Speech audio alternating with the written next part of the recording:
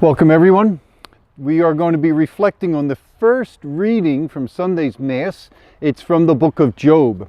We are outside here at the Malvern Retreat House on a beautiful, still a spring day. Summer doesn't start officially until this weekend. So thanks for joining us. And the Catholic Church says the most important passages from the Bible that form our spirituality are the readings from Sunday. And that's why we try to focus on them throughout the week. This is what the Catholic Church also says, that we should read those readings from the previous Sunday, not the upcoming Sunday. In the RCIA program, which is the program we use to bring people into the church, those candidates who are preparing to join the church and who are being formed in the faith always reflect on the readings from the past Sunday. And the way we do ongoing faith formation should mimic, which is what the Catholic Church says, the way we do initial formation for those who are joining the church. So that's why we choose to reflect on the previous week's readings and not the upcoming Sunday readings. So in the Connections program that we use here at the Malvern Retreat House, there is in the daily personal prayer guide on Monday, there's a brief explanation of the first reading. So I'll just read that now.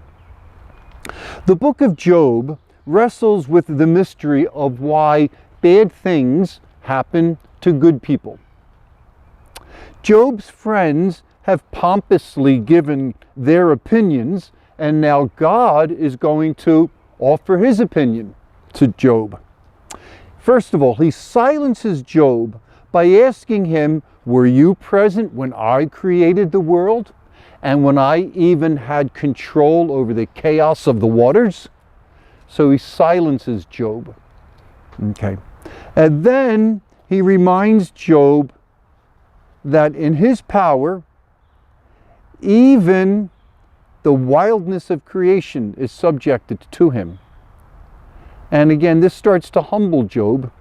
And this testifies to the transcendence of God, and also that some things are just beyond understanding, even why bad things happen to good people. So let's listen to the reading from Job. The Lord addressed Job out of the storm and said, "Who shut within doors the sea when it burst forth from the womb?" He's going to be saying, "I did." But it's a beautiful image, just like the water breaks when a woman is going to give birth. The water breaks over the world. And God says, "Who put the ocean within doors?" Now, primitive people were terrified of the water, of the oceans and the seas.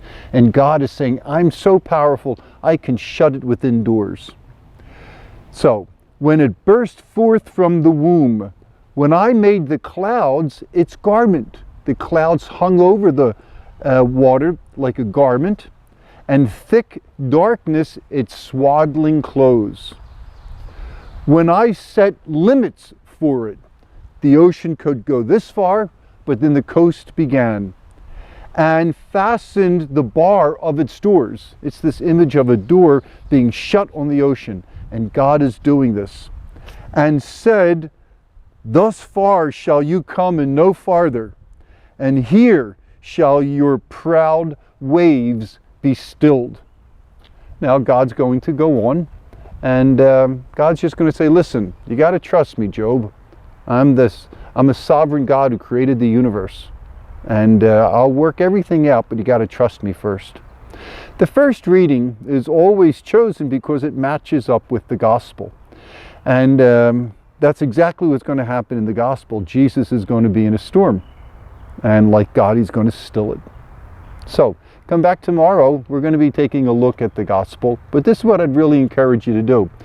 Take the reading from Job, read it several times, read it out loud. This is very important, and read it silently and prayerfully, and then journal on it and see how it may relate to your life. I'm sure there's bad things that have happened to you or to other people. And sometimes we just need to bow humbly before sovereign God and trust that God can bring goodness out of evil. Thanks. Come back tomorrow.